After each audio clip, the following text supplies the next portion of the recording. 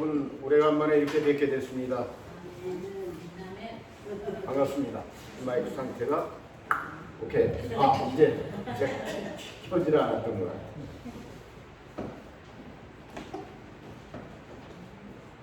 혹시 한 3년 됐는데요. 이 교회에서 코로나로 인해서 혹시 소천하신 분이 계신가요? 계셔요? 다행히도 없습니다. 아유, 정말 다행이네. 미국에서는 그동안에 100만 명 이상이 이 코로나로 인해서 사망을 했습니다.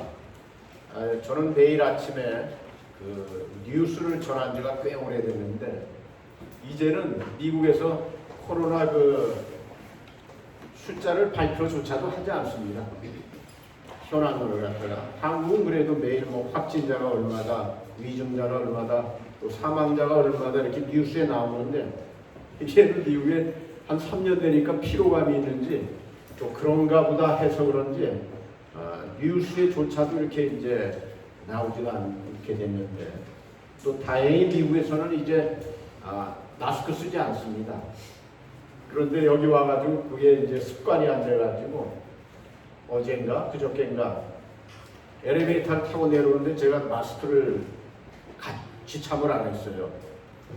그랬더니 그 같은 엘리베이터 탄 어떤 분이 저한테 마스크 쓰세요. 왜 이러십니까? 아주 단호하게 말씀하시더라고요. 그래서 내가 아차 싶어가지고 그래서 이제 가방에다가 이만큼 넣어갖고 다닙니다. 근데 한국도 이제 제 생각에는 한 몇 달쯤 있으면은 마스크가 자유스럽게 되지 않을까 하는 생각을 갖게 됩니다. 대한민국은 참으로 훌륭한 나라고 장점이 많은가 하면은 아직까지도 힘든 부분이 있습니다.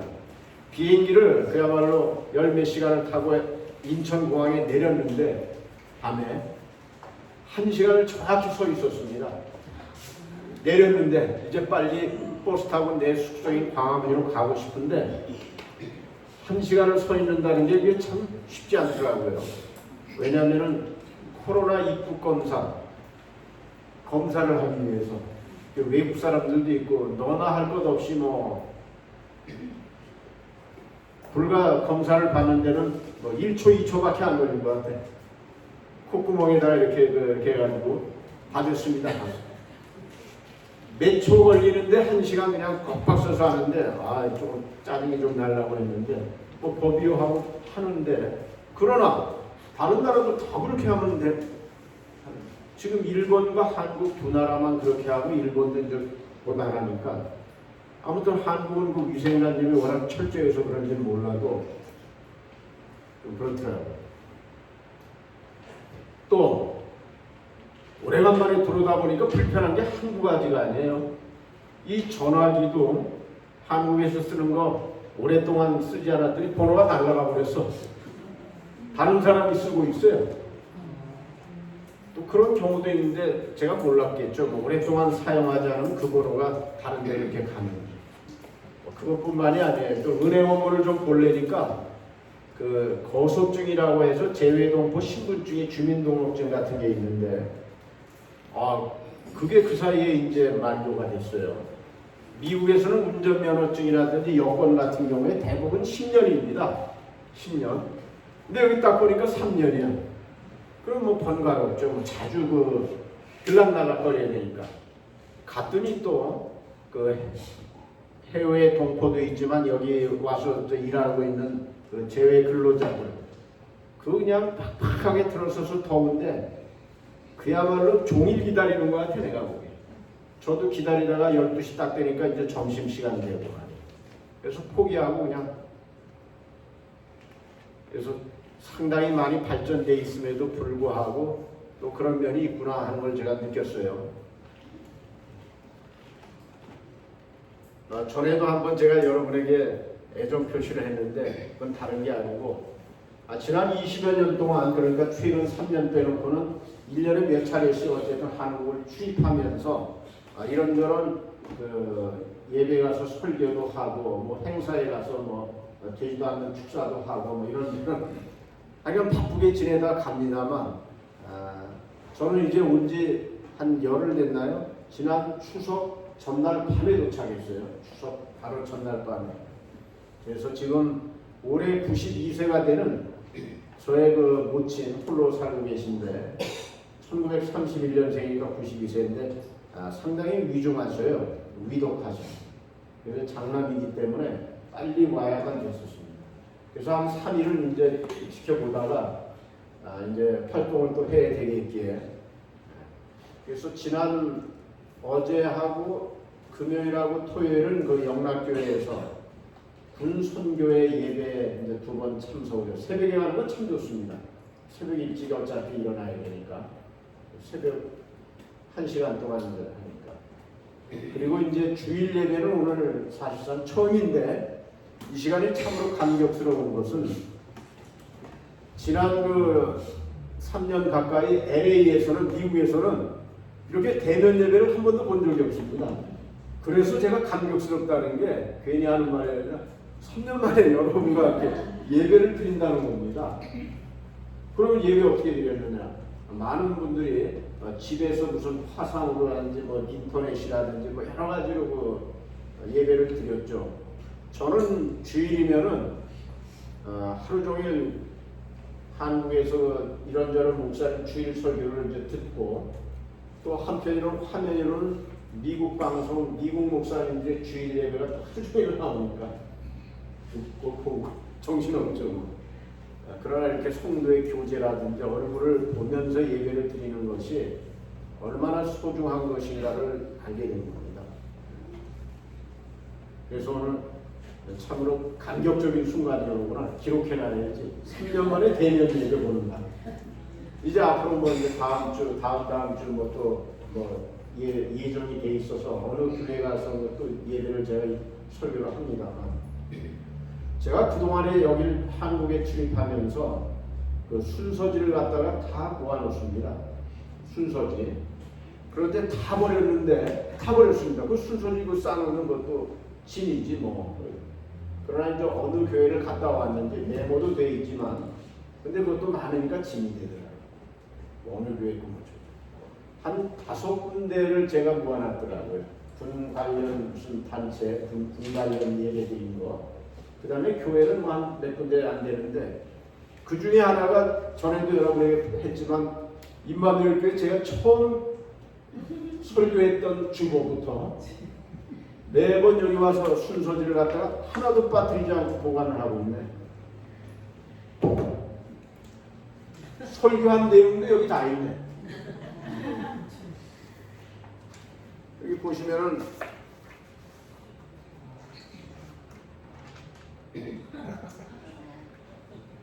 여러분 교회 역사도 여기 다 있어요. 그래서 보니까 임마누엘 교회 2011년 2월 27일 로마서 1장 14절에서 17절까지 복음의 기진자라는 제목으로 그러니까 11년 전에 설교를 했네요. 그 주보를 여기 가지고 있고 그리고 오늘 것까지 이렇게 포함하면은 13번째인가 4번째 설교하는 것 같아요. 그러니까 평균 1년에 한 번 이상은 여러분을 뵀던 것 같은데 그런 교회는 제가 흔치 않은 것 같아요. 몇 년에 한 번씩 간다든지. 그런데 그 이유는 여러 가지가 있지만 일단은 제가 마음이 편해서 그래요. 제가 마음에 이렇게 편한 대로 가지 누가 오래서 가고 뭐 가라고 해서 이제 그런 때가 아니에요. 제가 이 정도 되면 이제 어디에 얽매이고 싶지도 않고 전에는 그냥 주일날 3군데 가서 설교를 했는데 나 그때 왜 그래 돌았나 봐.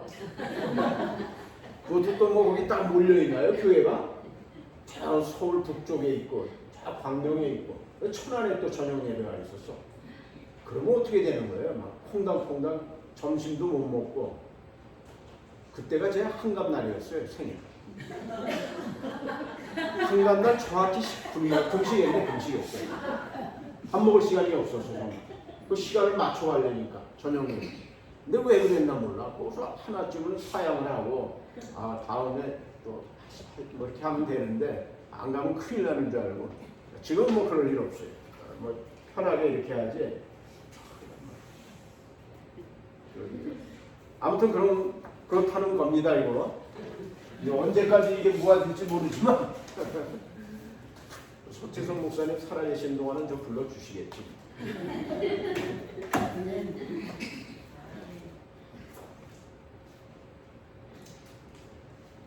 언젠가는 또 여러분들도 이제 코로나가 좀 진정되게 되면은 내년부터는 이제 여행도 먼저 좀 자유화될 수 있으니까 미국에도 좀 이렇게 한번 좀 다녀가세요. 제가 한번 그냥 편하게 여쭤볼게요. 미국에 다녀가신 분, 미국에 갔다 온 적이 있으신 분, 한번 이렇게 손을 좀 들어. 왜냐하면 요즘에는 가족이나 일가 친척 중에 대부분은 미국에 한두 사람은 다 살고 있어. 근데 제가 보니까 여기 그래도 아직 미국에 발걸음을 안 하셔서 생활이 바빠가지고 그러니까 그래도 뭐 언젠가는 한 번쯤은 이렇게 좀 임마누엘 교회도 팀 짜가지고 한번 좀 선교 여행을 다녀갔으면 좋겠어요. 3년 전이었구나. 코로나 전 2019년 그 대한민국 ROTC 분선교회 38명이 LA를 다녀갔습니다. 저희 부부까지 해서 40명이 저희 집에서 먹고 자면서 집회를 했어요. 그러면 사람들이 야, 되게 큰가 보다. 좀 증축을 해서 이제 120평인데 방이 7개, 화장실이 5개가 되니까 가능했어요. 새벽 예배부터 밤 집회까지. 낮에는 또 뭐 노숙자 선교, 양로병원 선교해서 아주 그냥 그 사람들이 군대 다시 갔다 오고 갔다 오고. 그런데 그분들이 은혜 받고 감동 받아가지고 와서 화보집도 내고 그 다음에 편지를 구구절절히 쓰고 왔어요. 야, 식구 4명이 이 38명이 왔는데 그걸 다 감당을 하는 거 보고 교회는 교인들도 있지. 저희가 그걸 다 했어요. 지난달에는 한국에서 할렐루야 축구단이라고 있어요. 이영훈 목사님. 그 축구팀이 또 느닷없이 왔어. 한 1년씩도 없는데 일주일 동안 또 잘 지내라 갔죠. 그런데 이제 목사님 한국에 나오시면은 연락 꼭 좀 주세요. 미안하니까 일주일 동안 남의 집에서 먹고 잤다고 생각해요. 그 아침부터. 저희는 아침 식사를 안 하는데 한국에서 오신 분들은 아침 식사 안 하면 건강에 큰 문제가 있는 걸로 알고 제대로 먹어요. 국과 찌개와 뭐 반찬 여러 가지는 기본으로 있어야 돼요. 아침에. 또 운동선수들은 또 얼마나 잘 먹는데. 그래서 갈 때까지 전화 안 하고 갑니다. 전화하면은 목사님 우리가 신세됐는데 식사라도 한번 대접해. 제가 밥 먹으러 거기까지 가기는 좀 그래요. 근데 내년에 또 올 것 같아서 걱정해. 자, 오늘 어디 야외 예배 가십니까? 다음 주. 네? 다음 주. 오늘은 아니죠? 네. 이 성경에 보게 되면요, 그 성경 66권으로 되어 있잖아요. 그런데 마지막은 대부분 그 신앙의 위대한 인물들의 죽음으로 끝나고 있어요. 장례식으로. 예를 들어서 성경의 맨 처음에 뭐가 있어요? 창세기, 출애굽기, 레위기, 민수기, 신명기인데 창세기 같은 경우에도 마지막 49장, 50장에 보면은 야곱의 죽음, 그 다음에 요셉의 죽음으로 창세기가 맞춰지게 됩니다. 그러면서 이제 야곱이라든지 요셉 같은 경우에는 이 다행이야 그래도 유언이라는 걸 합니다. 유언. 사람이 죽기 전에요. 그래도 유언 한마디라도 하고 죽어야지. 요즘에는 제가 LA에서 보니까 그야말로 자고 일어나니까 돌아가셨어. 돌연사.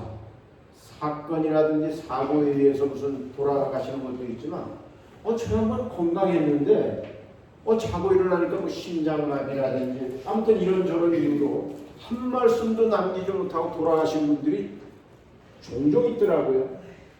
남의 얘기가 아닙니다.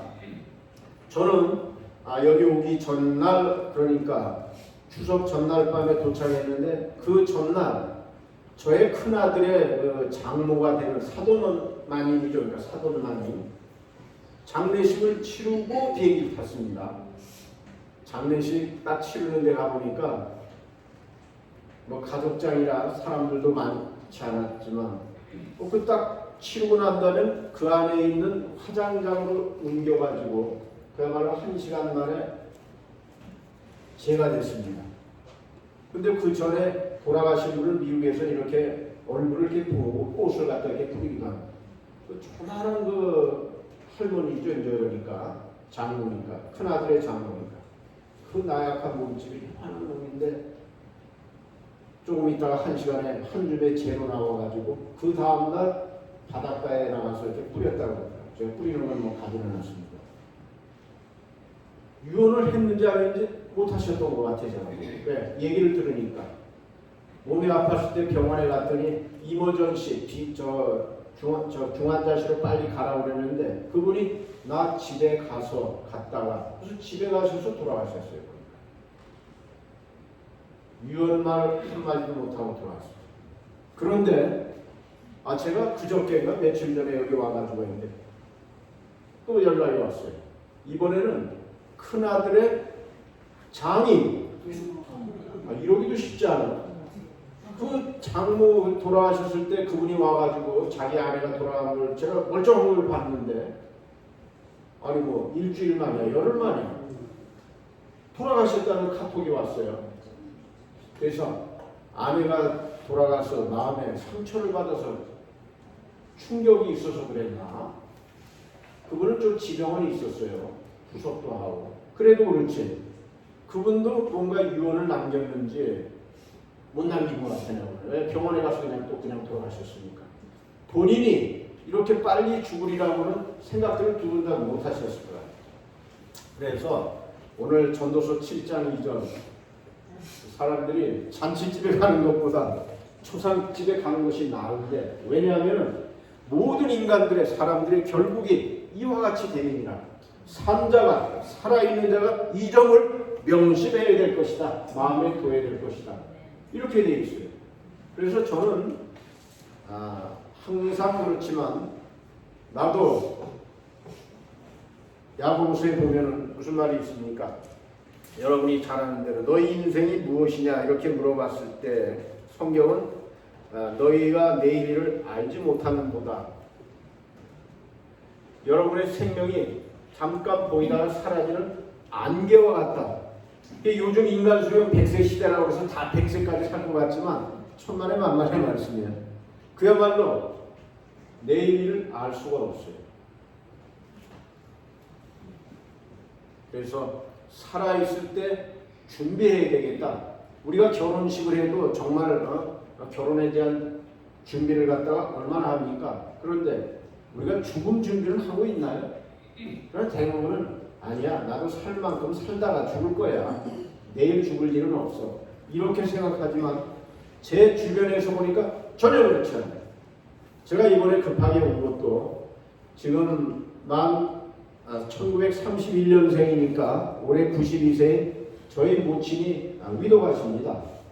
오남매 제가 장남인데 여기 사남매가 돌보곤 있어요.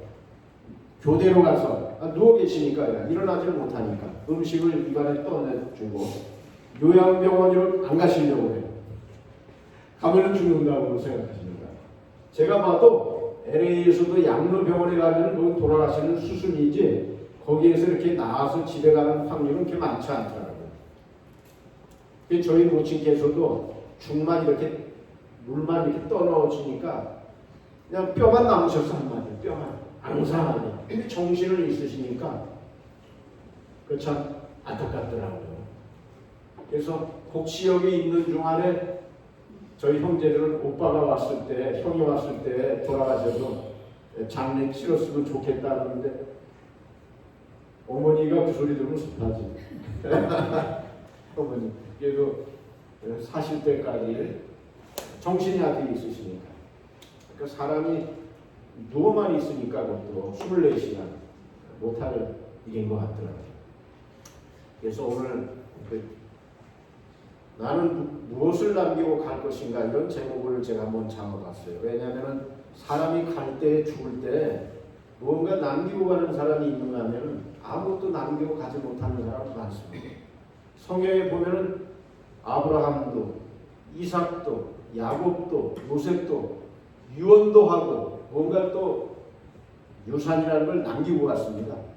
사전에 자손들이 분란이 있을까봐 정리정돈이라는 걸 했어요. 정리정돈이라는 싸움하지 않게. 여러분도 살아있을 때 준비를 해야 됩니다. 저는 1997년 1997년 지금으로부터 25년 전에 이 아마존 오지 중에 오지에 선교를 갈 일이 있었습니다. 그때 갈 때 사람들이 다녀온 사람이 목사님 이번에 가면은 혹시 못 돌아올지도 모릅니다. 왜냐하면 거기는 교통과 통신이 단절되어 있는 곳이기 때문에 뭐 전화기 지금처럼 전화기도 없었으니까 정말 가보니까 야 여기서 죽으면은 그냥 남철 목사 아마존 선교에 갔다가 그것도 나중에 알려지겠구나. 나중에 행방불명으로 처리될 것 같더라고. 행방불명으로. 그게 가기 전에 죽을 때 죽더라도 나의 아내와 나의 어린 두 아들은 미국에서 먹고 살아야지. 이 가정의 책임이라는 게 있잖아요. 가정에. 그래서 그때 제가 유언서라는 걸 썼습니다. 유언. 내가 만약에 아마존에 가서 돌아오지 못하면 내가 죽으면 나의 죽음을 알리지 말아라. 이순신 장군은 아니지만 정말 그렇게 썼습니다. 왜냐하면 부고 내지 말라고 했어요. 남 번거롭게 하지 말라고. 그 다음에 내가 죽게 되면은 화장을 해서 토기함에다 넣어서 묻어다오. 왜 토기함에? 빨리 흙으로 돌아가라고. 항아리도 안 집으니까 너무 오래 가겠어. 그러면은 우리 자손들은 미국에서 제가 죽으면 장례 치르는데 아주 간단합니다. 왜? 남한테 알리지 않고 가족장으로 거기다 화장이니까 화장비용은 1, 2천 불이면 됩니다. 여기는 어떤지 몰라요. 그 동네마다 있습니다. 화장실. 동네마다 있어요. 그리고 죽은 다음에 이제 선산에 갔다가 묻으면 끝나는 겁니다. 그 다음에 이제 제가 가기 전에 유언서도 썼지만 두 번째로는 아내 사랑, 자녀 사랑 말로만 하면 안 됩니다. 말은 참 우리 기독교가 제가 안타까운 것 중에 하나가 용서와 감사가 차고도 넘쳐. 그런데 감사를 제일 안 하는 우리가 기독교입니다. 나는 우리 방송을 들으면서 용서, 감사, 저쪽은 목사님들 많이 하는데 정말 감사를 할 줄 모르는 사람 그리스도인입니다. 너무나 안타까워요. 왜 그러냐면 제가 경험해요. 어떤 경험? 저는 가기 전에 당시에 100만 불짜리 생명보험을 들었어요. 처음으로다가. 당시에 100만 불짜리라면요 1990원 10만 불짜리라면 이해해요. 100만 불짜리라면 야 당신 무슨 돈이 많아서 보험료로다가 100만 불짜리를 청구했어요. 내가 죽게 되면은 내 아내와 내 자식들만큼은 확실하게 거주되지 말아야지. 나 그거 구입하느라고 정말 아주 많이 썼습니다. 한 5년 전쯤에 해야 그랬어. 5년 전쯤. 왜 해야 그랬냐면 이제 자손들이 다 성장을 해서 다 가정을 이루고 다 컸는데 이제 내가 죽어서 100만 불 탄들 그들에게 무슨 도움이 되겠어요. 아마존에 가서 선교하다가 죽어서 했으면은 그게 우리 자손들한테 집도 몇 채 사고 그냥 30만 불, 40만 불이면 집 샀으니까 집 한 서너 채 사고 임대해서 먹고 사는데 사무 지장 없도록 이게 가족 사랑이고 아내 사랑이고 자녀 사랑이지 맨날 무슨 사랑하는 사람 구체적으로 제가 이 이야기를 여의도 순복음교회 무슨 보험회사를 크게 하는 어느 장로님이 점심시간에 저를 직원들 수천 명을 모아놓고 교육을 한다는데 와서 말씀 좀 전해달라고 그런 적이 있어요. 그래서 아내 사랑, 자녀 사랑 말로만 하지 말고 보험 들어서 실천하자. 이랬더니 박수가 그냥 와자자자자자. 왜 거기 계시는 보험 모집인들이었기 때문에. 그 사례비가 나중에 그래 장로님이 원래 준비했던 것보다 곱절을 넣었대. 그런 일이 있었어. 그래서 준비를 해야 되겠다 이런 생각을 하게 됩니다. 그러면서 그럼 뭘 준비를 해야 될 것인가 구체적으로. 첫째는 저도 이제 LA에서 요양병원 사역을 꽤 오래 했습니다. 제 아내는 미국 양로병원, 제 아내는 미국 양로병원. 저는 한국 사람들, 할머니들, 권사님들 주로 계신 양로병원. 그 봉사활동이라는 건 뭐 큰 거 아니고 토요일 날 오전에 가서 이제 예배 1시간 드리는 거에 이제 제가 설교를 하고, 그 다음에 몸 아프신 분들 이렇게 가서 병상에 가서 기도해드리고, 아니면 뭐 상담이라는 것이 이제 상담은 그분 얘기 들어주는 거예요. 6.25 때 코리아를 다니신 월남해가지고 이남 남쪽에 다시 남아메리카 아르헨티나 브라질에 1960년대에 뭐 이민을 갔다가 그 다음에 다시 미국으로 이민 와서 살을, 그야말로 파란만장 우여곡절의 얘기를 듣다가 저는 졸고 있어요. 안 끝나는 거죠. 빨리 끝나야 되는데 외로우시니까 한 얘기 또 하고 또 하고. 근데 그것도 목사로서 또 감당해야 될 부분이거든요. 거기에 계신 분들이 양로병원에서 이렇게 돌아가시는 거 보면 어느 날 갑자기 이제 앰뷸런스가 와가지고 그냥 뚫뚫뚫 말아서 앰뷸런스에 실려가는 걸로 끝이에요. 거기에 계신 분들이 얘기를 들어보면 40년 동안 목회활동 잘 하셨다가 치매가 걸려서 들어오신 분도 있고, 또 옛날에 그야말로 사업도 크게 하셨고, 뭐 인기를 가지고 계셨던 뭐 짜니윤 씨 얘기를 해야 좀 했습니다만, 그분도 거기서 쓸쓸하게 2020년 초에 돌아가셨는데 아무것도 남기고 가는 게 없어. 왜? 일단 양로병원에 들어올 때는 자기가 가진 거 다 놓고 오는 겁니다.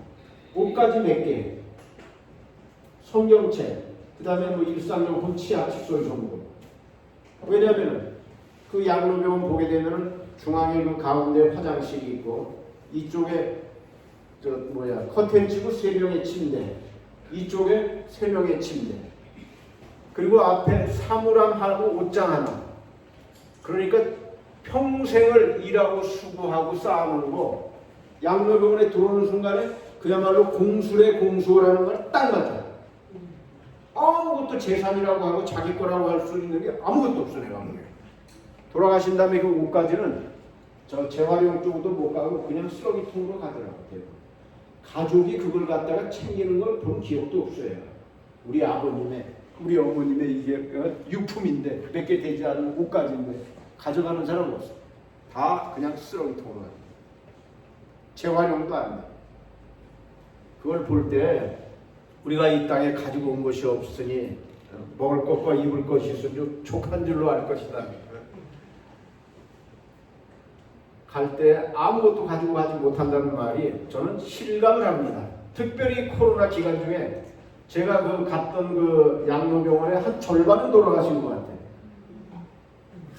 같이 찬양하고 제 설교를 즐겨 듣고 목사님 말씀 더 해주세요. 나는 한국에 오면요 왕짜증 나는 것 중에 하나가 어제하고 그저께도 영락교회에서 이제 분선교회 예배를 드리는데, 물론 딱 1시간이고 그 다음에는 이제 김밥하고 샌드위치 받아가지고 가더라고요. 그전에는 식사를 했어요. 우리 코로나 때문에. 근데 목사님 몇 분입니다. 저한테 사회자가 얘기를 하는 거야. 오래 하지 말라는 거죠. 오래 하지 마. 근데 제가 보기에 거기에 계신 분들은 남는 건 시간밖에 없는 분들인 것 같은데. 왜? 대부분 은퇴하신, 거기는 뭐 장군 출신도 있고 하지만 다 예비용으로다가 70, 80 뭐 은퇴하신 군 선교 관계자들. 끝난 다음에 마땅히 갈 곳도 없을 텐데 여기서 그냥, 그런데도 왜 이렇게 양로병원은 너무 좋아. 기대가 돼. 왜? 10시부터 11시까지 예배인데 11시부터 12시까지 그러면 그 사이에는 다시 침대에 갔다가 앉아있다가 12시에 또 식사하고 이렇게 나와요. 그러니까 그분들은 목사님 그냥 12시까지 말씀 전해주세요. 무료하니까, 심심하니까, 목사님 오면 세상 얘기도 많이 해주시고 재밌게 해주시니까 너무 좋아요. 들어갔다가 나오면 뭐 하겠어. 근데 여기 오면 갈수록 지금 예배 방송 설교에도 보면은 20분, 25분 하시더라고. 성도들이 일주일 동안 갈급했다가 교회, 대형 교회가 그래요. 대부분. 예배 딱 1시간 아주 칼같이 지키면서 기도는 몇 분, 뭐 찬양은 아주 정해져 있어. 저한테 그 짜여진 걸 갖다 이렇게 주더라고요. 특별히 금요일날 여의도 순복음교회 그 순복음 금요 철야예배 가면은 딱 가면은 저한테 그 프린트된 걸 딱 줘요. 뭐 볼 것도 없어. 목사님 설교 25분입니다. 그러면 저뿐만 아니라 기도 몇 분 이렇게 다 쓰여져 있더라고요. 야, 안 하고 말지. 하나님은 또 시간을 지켜줘야 다음에 또 불려갈 확률이 있다는 걸 제가 체력적으로 알기 때문에 뭐 거기 맞춰서 합니다만, 그래서 저 같은 경우에 많은 걸 지금 정리했고 또 오기 전에 한 번 더 정리했어. 오기 전에 정리할 것도 없는데 저는 뭘 정리할 게 있는가? 사람은 그 재고조사라는 걸 좀 해봐야 돼요. 재고조사. 나의 재산 상태 첫째. 내가 가지고 있는 부동산, 아파트든 땅이든 뭐 상가 건물이든 뭔가 있지 않겠어요? 나 아무것도 없어 하는 분 있으면 그건 또 좀 생각해 볼 만해. 평생 동안 고생하고 수고하면서 모은 재산이라는 게 이렇게 하나도 없나? 그냥 깔끔하게 다 벌고 다 썼나? 아니면은 또 예금이라든지 현금이 있을 수 있잖아요. 동산, 부동산 이런 게 있잖아요. 이게 정리정돈 돼야 됩니다.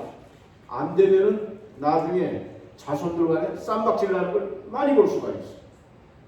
당장 그 우리 장인 장모도 갑자기 제 큰아들 장인 장모도 돌아가는데 거기에도 형제들이 있는데 그 자기 집이 있고 돌아가신 분 이거 어떻게 또 하는지 은연중에 그거 하는 것 같아요. 얘기 들어보니까 어떻게 나눌 것인지. 그런데 제 며느리는 그 집안의 막내였는데 사실 장례 비용의 절반은 우리 그 막내 며느리가 냈어. 거의 대부분. 그거는 저와 저의 작은 아들이 부조한데 우리 했다고 그냥 세게 해버리니까. 근데 한 번으로 끝날 줄 알았더니 두 번째 또 생겼어요. 문제 생겼는데 그래서 저 같은 경우에도 이제 그런 부분에서는 정리정돈이 돼 있고 정리 못했던 거를 책이 너무 많았어요. 왜냐하면 방송국을 할 때 30년 전에는 방송국은 크게 두 가지가 필요했어요. 방송하기 위해서는 레코드판이라는 게 많아요. 찬양 CD 같은 거. 그걸 가지고 음악을 트니까. 그 다음에 도서 자료가 많아야 거기서 자료를 뽑아가지고 방송을 할 수 있는 거예요. 저도 처음에 할 때 모범 장소와 상을 받을 정도로 제가 책이 많았어요. 짐이 되더라고요. 필요한 사람들에게 나눠주고 또 방송을 통해서 이제 지인들에게 책 줄 테니까 가져가라고. 마지막에는 저희 그 방송 출연하신 분들 단체 카톡방에다가 제가 신앙서적이 좀 있는데 필요하신 분들 가져가세요 하고 이렇게 알렸어요. 믿거나 말거나 한 번도 안 가져갔어. 야, 그래서 책을 안 읽는구나 요즘에. 책을 버리는데도 제가 몇 주가 소요됐어요. 왜냐하면 그 재활용 통에다가 그걸 담느라고. 그래서 이제 대부분 정리가 되고 꼭 봐야 될 책만 있고. 그 CD 레코드판도 마찬가지. 똑같은 경우에 필요하신 분 가져가시고 알렸는데도 안 가져가서 똑같이 버렸어요. 이게 두 가지가 정리가 돼서 짐이 많이 없어졌는데 한 가지 짐을 못 버렸어요. 뭐냐면 저는 태어나서 고등학교 때까지 제 사진이 10장이 채 안 되는 것 같더라고요. 10장. 야, 또 우리 부모님도 사진 되게 안 찍었네. 무슨 자료가 있어야지. 학교에 졸업했다는 졸업사진이라든지 놀러간 수학여행 사진이라든지 이민을 가서 왔다 갔다 해서 그런가. 근데 아무튼 사진이 너무 없다 보니까 저는 그 직장생활 큰아이 낳았을 때부터 카메라를 사가지고 죽으라고 찍어제꼈어. 그냥 죽으라고. 애들이 사진 찍으려고 그러네. 아이 아빠. 그러나 지금은 고마워요. 왜? 누구보다도 자료가 많으니까. 자기의 성장 과정. 그러다 보니까 그게 짐이 되더라고요. 앨범을 이렇게 사진을 했다는. 얼마 전에 제가 그 앨범을 처음으로 세봤어요. 120권이 되더라고요. 아니 무슨 앨범이 12권도 아니고 120권.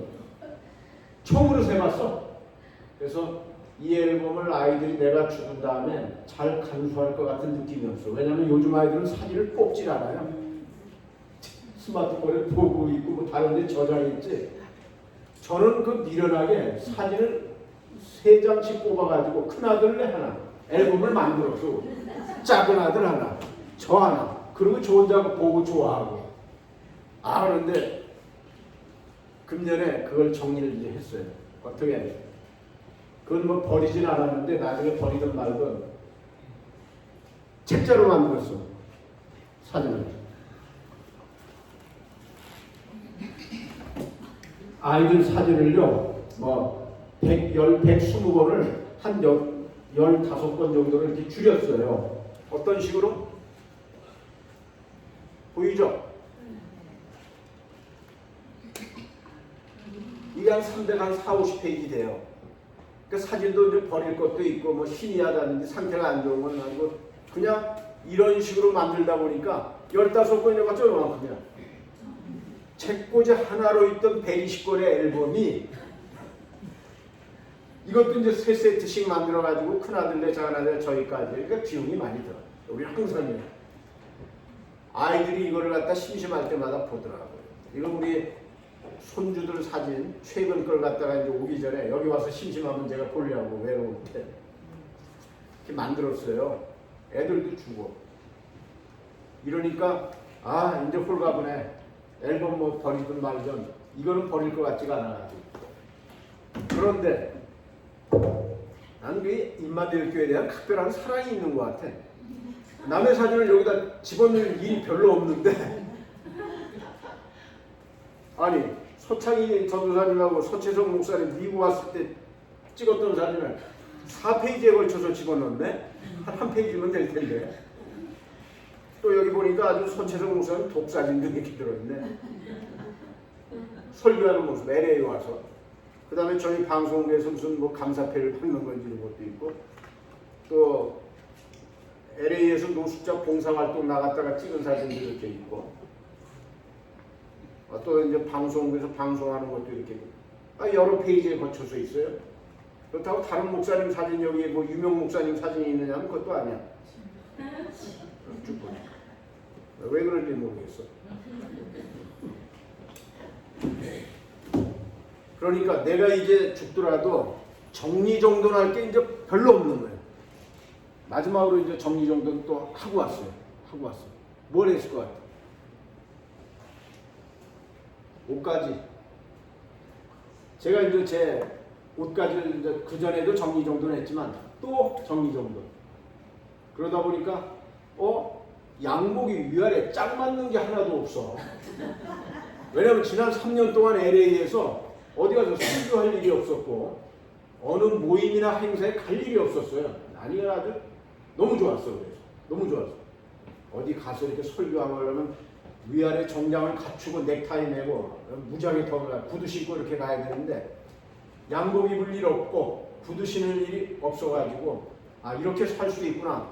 코스코라는 데 가서 청바지 몇 장 사고 운동화 몇 켤레 산 거밖에 산 게 없어요.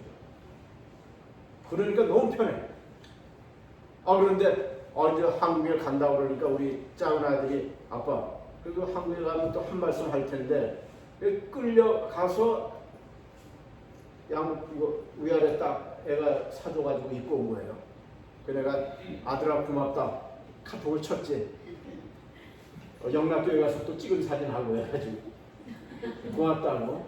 왜냐면 자식들한테도 당연시 여기면 안 돼요. 고마워 고맙다고 표현해요. 그거 보고 아이들이 또 최고라고 이렇게 또 걔네들은 말이 짧아. 그냥 뭘 이모티콘인가 그거 하나 딱 찍어보내. 그래서 제가 설교하는데 운동화 신고 하는 건 처음입니다. 처음이에요. 그런데 여러분 용서해 주시기 바라는 게 여기 와서 구두가 딱 한 컬러 있던데 숙소에 너무 불편해 그냥. 전 좀 걷고 싶은데 그 구두를 신고 하니까 발이 아파가지고 도저히 안 되겠어요. 그래서 체면은 둘째다. 운동화 신고 가자. 어제도 영락교회 가서 뭐 수많은 사람 앞에 나가서 뭐 한마디 하는데도 그 사람들이 목사 어떻게 구두를 안 신었는데 근데 이 나이에 남을 너무 의식할 필요가 없더라고요. 왜 미국의 그 주일날 그 목사님들 설교하는 걸 제가 하루 종일 틀어놓고 이렇게 보고 있는데 집중해서 보지 않아도 그 유명 목사님들 복장이 구구각색이에요. 구구각색. 난 우습지도 않아요. 청바지에 티셔츠 입고 하는 목사도 있고 정장을 입고 하는 분들은 몇 되지 않아. 자유로움이 있어요, 내가 보니까. 근데 우리 한국교회는 아직까지 엄숙경건 진지해가지고. 그런데 이제는 난 그럼 내가 자유스럽고 싶어.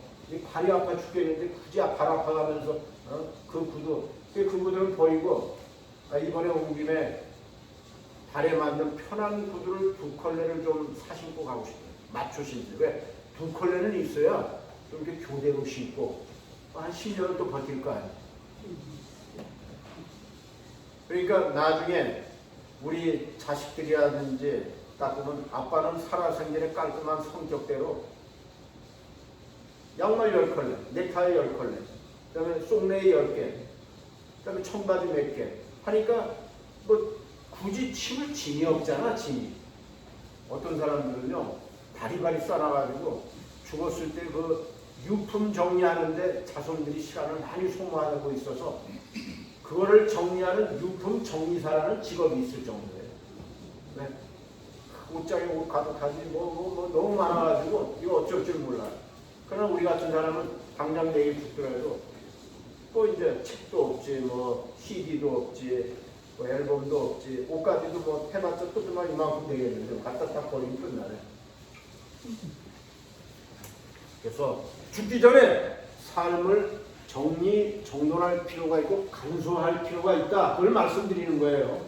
여러분이 많이 갖고 있고 같지도 않지만 그래도 만약에 안 쓰는 물건이 있다면은 남에게 주세요. 근데 남에게 줄 때 조심해야 돼. 좋은 걸 줘야 돼. 못 쓰는 거, 안 쓰니까 주는 거, 그건 아닌 거야. 저는 이번에 제 숙소에 보니까 또 끔찍해요. 이번에 와서 딱 보니까 저는 한 6천만 원 이상을 갖다가 3년 동안에 그냥 버렸대. 왜? 숙소를 3년 지어놓으니까 그걸 월세를 줬다든지 거기 쓰여 있더라고. 복덕방에 보증금 얼마에 월 얼마 거기 보고 아는 거예요. 그 월세를 놨으면 한 달에 그 100 얼마씩 받는 160만 원씩 써요. 그러면 3년이면 한 6천만 원 되는데 그냥 지어놓고 난 가성비라는 거 보면 빵점이야. 너무 아까워요. 그러니까. 근데 그것뿐만 아니라 그 옆에 교보문고라는 책방이 있어요. 제가.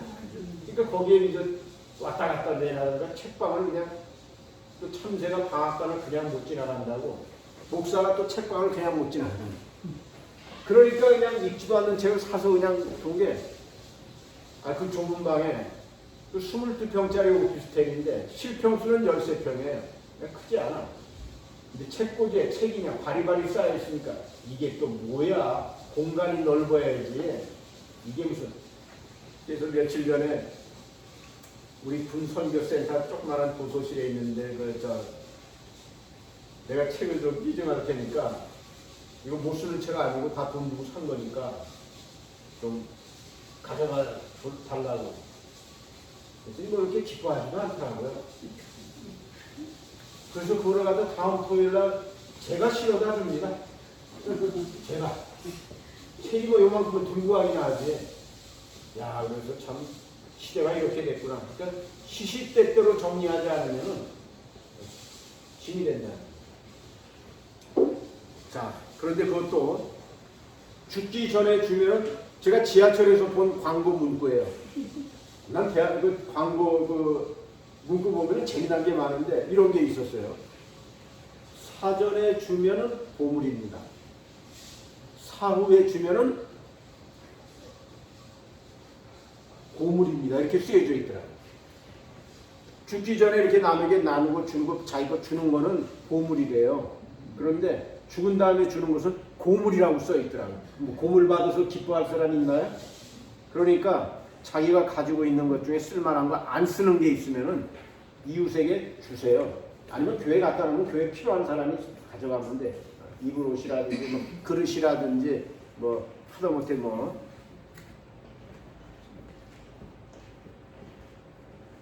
자, 또 한 가지는요.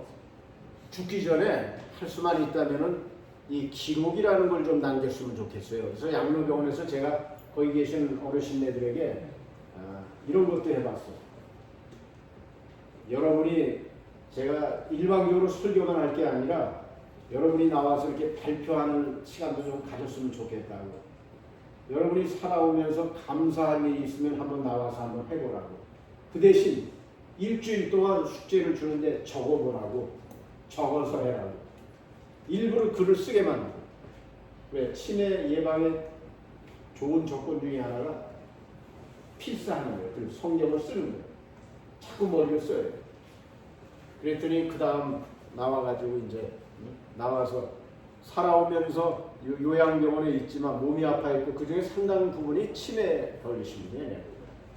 그런데 나와서 또 발표하고 박수 받고 조그마한 상품 받아가고 즐거워하시고. 무슨 말이냐면 여러분이 살아온 삶이 어쨌든 간에 기록으로 좀 남길 필요가 있어요. 기록으로 남기면 뭐 누가 보나?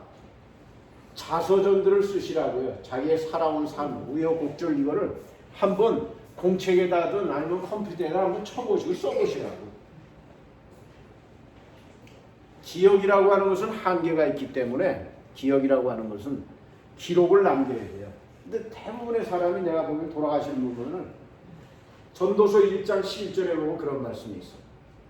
이전 세대를 기억함이 없고 이전 세대를. 장래 세대를 그 세대가 기억하지 못한다고 했어요. 제가 뼈저리게 느끼는 것이 지난 3일 동안 LA에서도 소위 그 유명 인사들이 돌아가셨어요.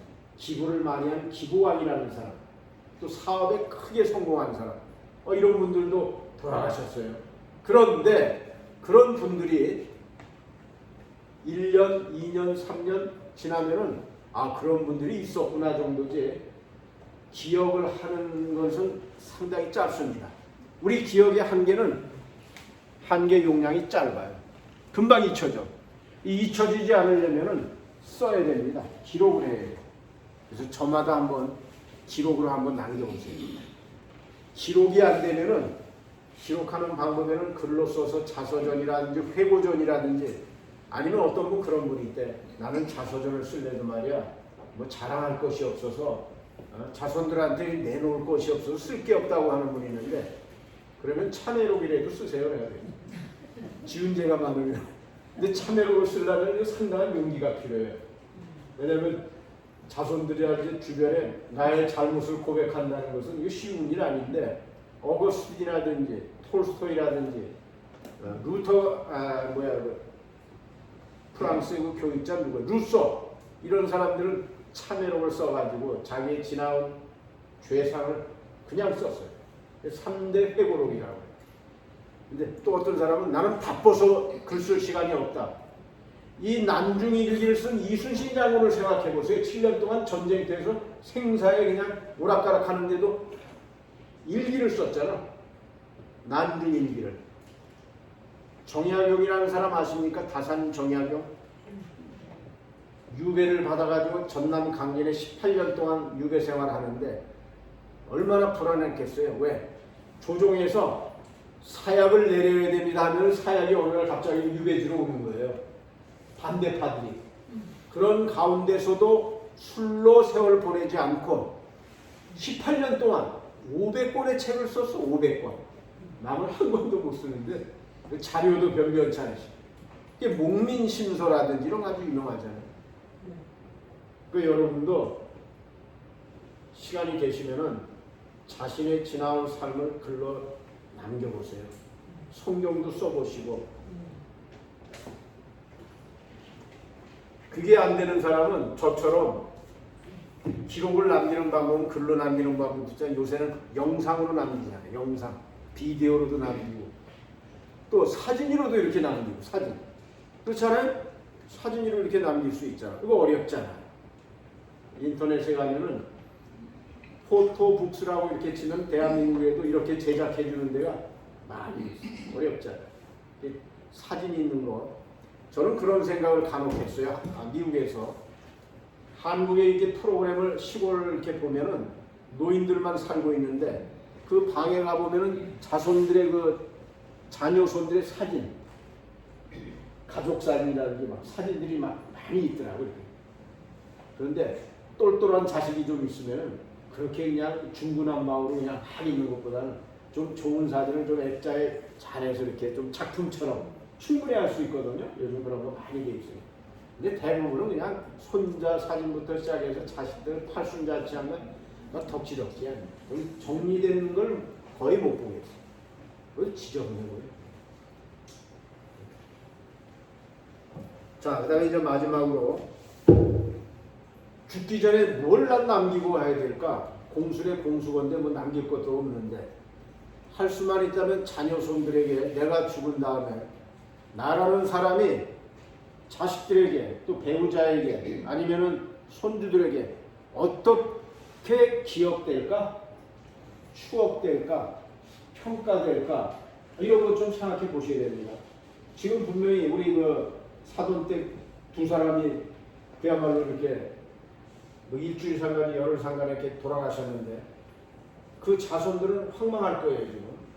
그러면서 아 우리 아버지는 어떤 아버지였어. 우리 어머니는 어떤 어머니였어.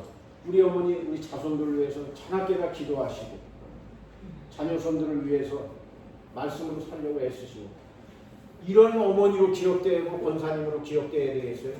우리 아버지는 아버지 학교라고 하는 프로그램이 온누리교회에서 오랫동안 했고 또 미국에서도 했는데 저도 거기에 참여해서 강사로 조금 있어봤는데 아버지에 대한 추억을 나와서 얘기하라고 하면은요 10중 8구는 우리 아버님으로 말씀드릴 것 같으면은 자녀에 대한 무관심, 무능력, 무책임 이 무자 3무를 고루 갖추셨어요. 가정을 안 돌보고 술과 도박과 외도를 하는데 이렇게 나돌아다녔고 그 다음에 혈기충만, 음주충만 해가지고 행패 부리고 때리고 엄마 아빠 간에 싸우고 그런 지옥을 얘기하는 그 지금 아빠들이 10중 8구더라고요. 그러면서 아버지에 대한 그 인상이 기억이 추억이 없어. 추억이라는 게 뭐야? 같이 좀 놀아주고 좋은 그 생각을 갖고 있어야 되는데 그러면서 나는 아버지처럼은 안 살래. 또 그 엄마도 네 애기처럼 살면 안 돼. 이게 뭐야?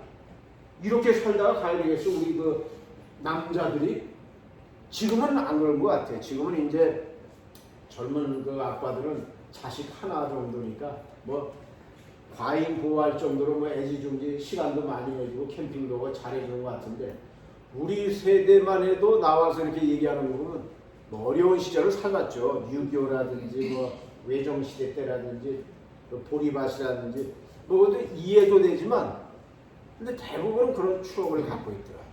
그래서 죽기 전에 자손들에게 기왕이면은 좋은 아빠였다, 좋은 할아버지였다, 좋은 엄마였다, 좋은 할머니였다 이런 인상을 주고 가야 되겠다는 것입니다. 그래서 저는 코로나 기간 중에 제 인생에 있어서 70평생에 제일 행복했어요. 정말 제일 행복했어요. 왜? 첫째는 방송국을 시내에서 집으로 옮겼습니다. 원래는 집이 88평인데 32평을 갖다 증축을 해가지고 출퇴근을 2-3시간 거리던 것을 안 하니까 너무 좋은 거예요. 전에는 새벽에 나갔다가 새벽에 들어왔어요. 그러니까 12시간은 항상 방송국 안에서 일을 했어요. 그러니까 저녁에 퇴근할 때는 졸음운전 많이 해서 조기 사망할 확률이 높아지더라고요. 졸음은 그게 없고 집에서 방송을 하니까 3시간을 보는 거예요. 얼마나 여유가 있는지 운동이라는 걸 해봤습니다. 운동. 무슨 운동 했겠어요? 아침에 동네를 저는 새벽 5시에 정확히 일어나는데 1시간을 동네를 걷는 거예요. 걷는 거 돈 드는 것도 아니잖아요. 그래서 제가 운동화 신고 다니는 게 여기도 일부러 할 수 있으면 걸으려고. 돈 안 드는 운동이고 또 운동을 하니까 걸으니까 좋아요. 그 다음에 또 한 가지 아주 횡재한 게 제가 제 아내를 정말 사랑하는데 지난 이 코로나 기간 동안에 매일 아침에 하루에 한 번씩 안아줬습니다. 그러기도 쉽지 않을 것 같아. 매일. 그러니까 여기 조그만한 학생이나 남자 있으면 시범을 보여주고 싶은데 그냥 한번 나와보세요. 아주 등치가 커서 좀 제 아내는 뭐 조금만 하니까 제가 안아주기가 편합니다. 이렇게 되면 좀 못 안아요. 그런데 여러분에게 그냥 남 목사는 자기 아내를 매일 단 하루도 안 빼놓고 코로나19에 안아줬다. 이게 믿을 수 있는 거야? 그런데 다른 게 아니고 아침에 일어나서 잘 잤냐고 이렇게 하고 몸을 풀어주는 겁니다. 몸 풀어주는 것도 뭐 대단한 게 아니라 그냥 이렇게 서로 안고 볼 맞대고 뭐 어려운 일이 있어요? 근데 제 아내는 조그마하니까 제가 드는 거야. 어떻게 이걸 여기 들리냐를 모르겠다. 큰일 나네. 땀이 들어가지고 들리니까 20번을 이렇게 하는 거예요. 이렇게. 앉았다 내렸다. 그 다음에 이제 좌우로 흔드는 거지. 한 번은 안아가지고 위아래로, 그 다음에 한 20번은 또 좌우로 이렇게. 그러면은 자고 일어나서 몸이 풀리는 거야. 어쨌든.